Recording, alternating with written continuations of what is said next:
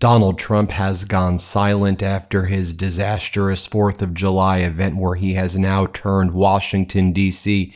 into a literal toxic pit. Of course, Donald Trump's destruction of the United States of America's democracy turned it into a toxic pit. But quite literally, the air quality is so bad right now in Washington, D.C. following that fireworks display where there was so many fireworks in the same location, you couldn't even see the fireworks. All you saw was a cloud of smoke.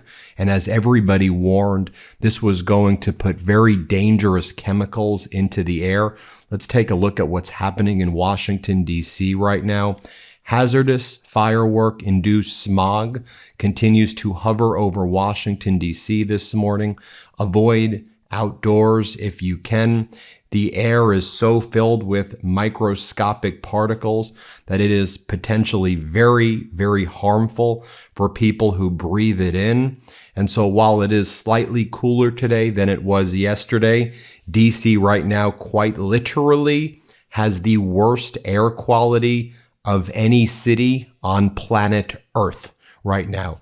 That's how bad it is. It's the highest alert code right now for dangerous air quality as a result of what Donald Trump did. His last post was, again, attacking the United States, and this was his last message on July 4th. Over 273 Americans have been shot since the Iran war began. In Chicago, you mean since you did an unlawful and catastrophic invasion of Iran and then you destroyed the American economy? Also, Donald, you don't have to invade cities with ICE and Border Patrol. If you want to, you can fund the FBI rather than, firing all the FBI agents because you're afraid that they're part of the deep state that's out to get you.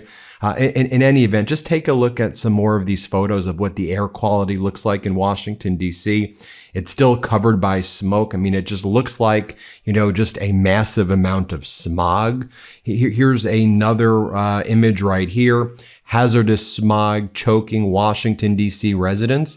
Residents are urged to stay indoors after Trump's fireworks display. Just so you can see for yourself what those fireworks look like. Normally a great fireworks show isn't always measured in its size, although, you can say, a large fireworks show can be very compelling, but usually a fireworks show has, a rhythm, a pattern, it builds to this crescendo, right? The Trump fireworks show was literally just dumping a bunch of fireworks all at the same time and just blowing things up. But isn't that also kind of just symbolic of this entire Trump regime? Just blowing things up, saying, oh, we're going to set the Guinness Book of Records, but then actually making something look so ugly and dangerous and then ignoring all of the consequences. And so a tiny man needs to do something like this. And again, I've seen big fireworks shows internationally in Manhattan. It could look really cool. Not this, in my opinion. Take a look at what this looked like. What the literal F. Here, play this clip.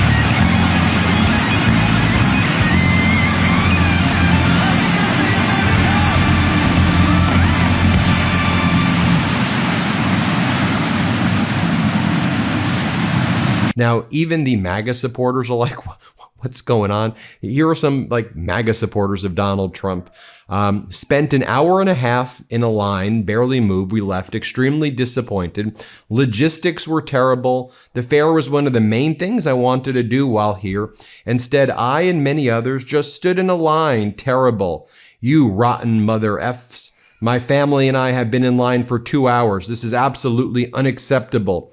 Another person says, if you cared about safety, you'd exhibit better event planning and execution. Much of what I observed was entirely predictable. I presume you have little better than interns running your comms and contingency planning. Yesterday was disgraceful with basic heat safety measures completely overlooked. Who made the call to lock people out of the state fair yesterday, removing access to water and cooling centers? Donald Trump. His whole life, Donald Trump, he destroys things, he bankrupts things. This is what he's done since the 1970s. Frankly, before that, why do you think his dad needed to send him, to the military boarding school that he had to attend? He did it for disciplinary reason. All the guy knows, I'm sure there are good ones and good reasons to go, but he went for disciplinary reasons. His whole life has been breaking things, destroying things, bankrupting. That's who he is. He's not a builder. He's a destroyer.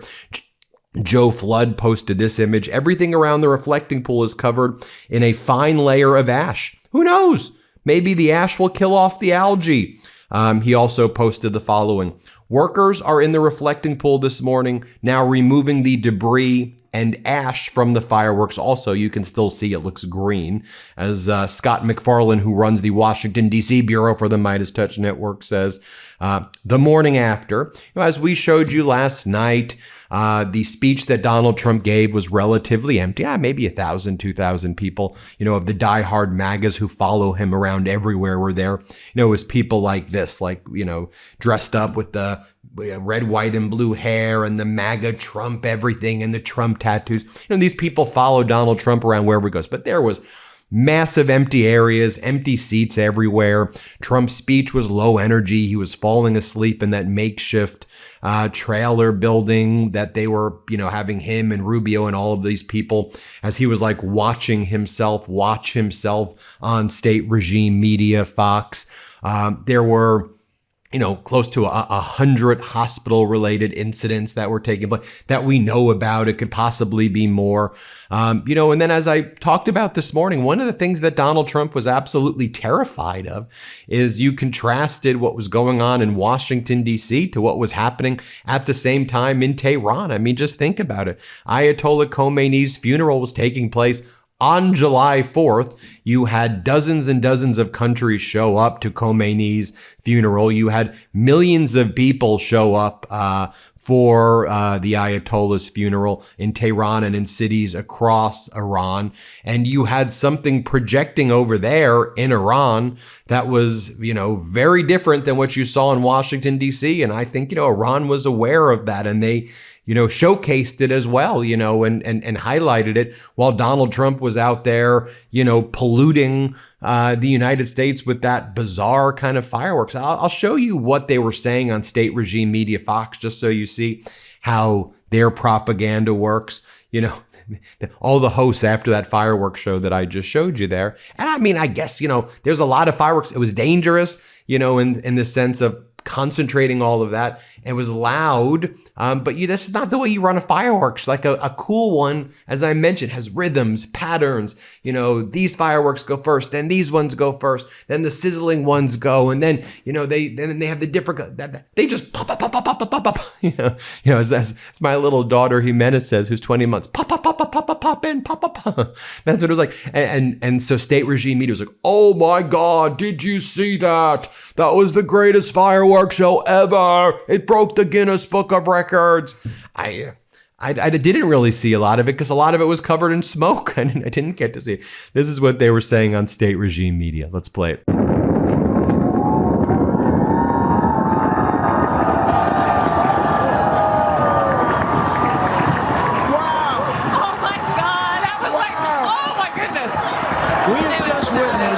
The largest fireworks display in the United States history. It's a new record that it broke the Guinness Book of World Records for 851,000 fireworks. It was all the way around this entire place. Yeah, it wrapped us. You could see it for blocks. It was unbelievable.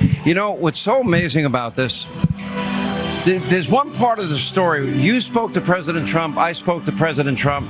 At the time, we're being told, it might rain until 2, 3. He said to me, I don't care if it's 2 a.m. I don't care if it's 4 a.m. And I'm thinking, you're still going to come. And God, I have a phrase that I use with them. I tell them all the time. I said, God loves Donald Trump because it worked out perfect. God bless America. And then Donald Trump sent out his propagandists like Doug Burgum, his interior secretary, who just got sliced and diced on the morning shows and just shows how pathetic and weak this regime actually looks.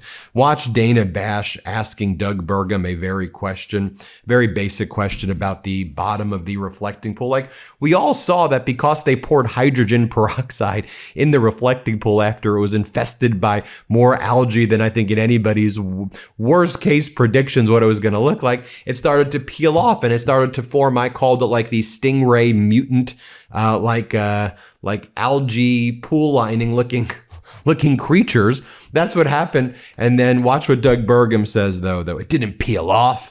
It was vandalized. It was the vandals. Here, play this clip. Half miles of expansion. But it peeled off. Why? Why did that happen? Do you know? It didn't peel off. There was vandalism. There was box cutters. There have been 7 arrests. There was people literally trying to destroy part of a monument. The reflecting pool is not just a pool on the mall. It is part of the Lincoln Memorial. And if anybody says that they're going to go and vandalize that, it's no different than if someone was throwing. And you're 100% sure that what happened with the liner was vandalism. You can prove it. Oh yeah, absolutely can. And as we drain it, and we've got all the photographs we can see. I mean, there's no possible way. There are photographs of a person or people cutting a 300 or 350 foot gash in the bottom of the reflecting pool? Dana, I'm not sure why you and others in the media think that you want to keep trying to question whether or not this is an industrial liner. Every farmer and rancher in America that's had their pickup liner lined by this sprayed on liner knows that you literally, it would never just like peel off or fall off. This is like a strong material. Yeah. And it's the size of 8 football fields. And the only way you can end up with actual slices in one spot and not the other is that someone physically cut it. And so but the pool itself, it's not leaking. It was leaking 45,000 gallons a day. It's finally been fixed by President Trump. And the American flag blue is working perfectly. And again, it's beyond me why. I mean, the real scandal is about the fact that the state of our capital was in such total disrepair that some people, no one was reporting about. No one was reporting about the pro-Hamas graffiti on the. Mr. Secretary, you and I talked about this last month. Yeah, and we're still talking about it. Well, because it was July 4th and the reflecting pool was closed. It was closed because it's surrounded by fireworks. It's closed every year on the 4th of July. But it was closed prior to that in order to fix the reflecting pool. But it was closed because the largest fireworks display in the country we talked about was set up, and it lines either side of the reflecting pool. You can't have people around fireworks when they're being set up.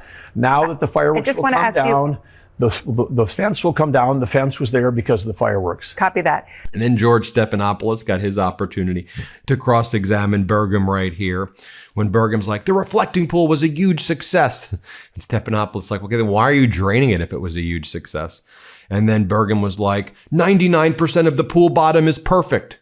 Okay, well, if 99.9% of it is perfect, then what are you saying? You're just contradicting yourself. So 350 foot of the lining was destroyed, but 99% of it is perfect, and it was just around. What? They're just making up the stupidest stuff. Here, play this clip. So the reflecting pool has been a big success, and we've got the 340 million people in this country that are celebrating 250. We did have a few vandals, but all that's going to be repairable, and that'll all be fixed in the coming weeks as we go forward. Well, you say it's been a success, but the pool is going to be drained this week, isn't it?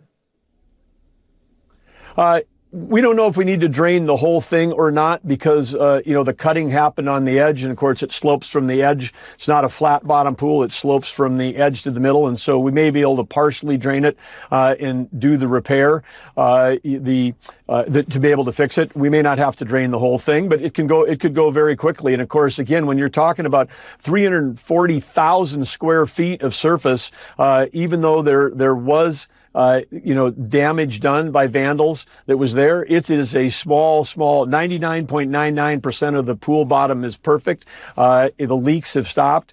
And so this will be quickly move on. And again, I think the press should move on too, because we've got great things going on. This is the kickoff of our 250th year. We're going to continue to have celebrations around the country. The real story here is how did we let this nation's capital fall into such disrepair where we had. Stephanopoulos then continued to grill Burgum and say, the president repeatedly claimed vandals cut it. Do you have video of that? I don't have video of it, but if they were to do it again, we would have video of it. Watch what he says. Here, play this clip. That vandals caused the damage. The president has repeatedly claimed that vandals cut a 350-foot gash in the pool. That's a claim that's echoed in a legal filing by your department. What specific evidence do you have to back up that claim? Well, we have the actual cuts that were made into the industrial liner, and that's been measured out. So that's just a fact that's what we've got to go back and repair. There's a 350-foot gash? Well, it's multiple gashes that add up to 350 feet across that. And again, some of this happened early on. There was where we've installed more cameras. I mean, we weren't expecting that we were going to have a small group of people that wanted to try to destroy effectively what is part of the Lincoln Memorial. There's plenty of cameras around the Lincoln statue and around the memorial. The reflecting pool had gone for, decades without vandalism. But now we've got cameras up and we've got more eyes on it, and we'll we have to. That's part of the job of the National Park Service and the U.S. Park Police is to protect our monuments, and so we're in better shape now. If anyone were to do something now, we would have better video evidence of that. But you don't have video evidence of people making those gashes. Well, we do have video and we do have eyewitness reports, and that's up to the courts now. So that process will go forward in the legal system. How much more is this going to cost? I think it's going to be a small number because the majority of the work was related to the labor and the materials for the liner, and of course the new nanobubbler system, which is taken care of and won the battle against the algae, which is something in a shallow pool in hot weather has been a historic challenge, but now that's working fantastically. If you're down there today, again, as the fireworks get cleaned up from the incredible show we had last night, spectacular event celebrating our 250th. As the fences come down, we clean that up. Anybody that's there and anybody that was there last week before the fireworks started being installed on either side of the reflecting pool could see that the water was crystal clear. So that part's been taken care of. So again, we are on to the next thing because this has all been done so well. Mr. Secretary, thanks for your time this morning. Thank you, George. Up next, John Carl with more of Dana Bash cross-examining. Let's play it. But not a chance. How much is it going to cost to fix? And are you going to use the same company that you did in the no-bid contract, or will you open it up to new bids? We'll use the same company because they did a fantastic job. I mean, even with this damage of the gash that we're talking about, you're talking about, again, this is the size of 8 football fields. It is 8 acres, and we're talking about like 0.001%. Thankfully, the vandalism was small. It was bad. I mean, it could cost tens of thousands of dollars to repair. So then it could fall into a felony thing, just like damaging any other government property could. But it is this is the job that was done to fix the reflecting pool was done extremely well. And hopefully we can move on to this and just talk about, how we can continue to do things like take care of this was a deferred maintenance problem. We have deferred maintenance. And then on state regime media, which calls itself Fox, they figured, you know what? Let's bring on Benjamin Netanyahu today. So Benjamin, just so we know, in the past 48 hours, there have been more violations of the ceasefire, the MOU. I mean, take a look right here. Netanyahu and the Israeli forces demolished an entire neighborhood at Ben Jabal in the Al-Duwar neighborhood in southern Lebanon. More attacks on Lebanon this morning. An Israeli airstrike targeted the town of Kunain in southern Lebanon, another violation of the MOU. I mean, Netanyahu clearly wants the United States to be dragged back into this war so our economy can be further destroyed and more people can die to quench Netanyahu's bloodthirst, apparently. Also, Netanyahu announced that they will not be abiding by the Supreme Court ruling in Israel. There was a Supreme Court ruling that basically said that Netanyahu is trying to stop their media entity regulation body from doing its job. And then the Supreme Court said, no, you have to let them do their job. Very similar to how Trump has defunded and tried to stop all of these regulatory entities. And the Supreme Court said in Israel, that's illegal. And Netanyahu said, well, I'm not following what this Supreme Court is doing right here. But in any event, then Netanyahu went on state regime media Fox after violating the ceasefires, after pulling America back into war, after violating Supreme Court orders. And he says, we are not in a permanent state of war. Me and Donald Trump do multiple peace deals.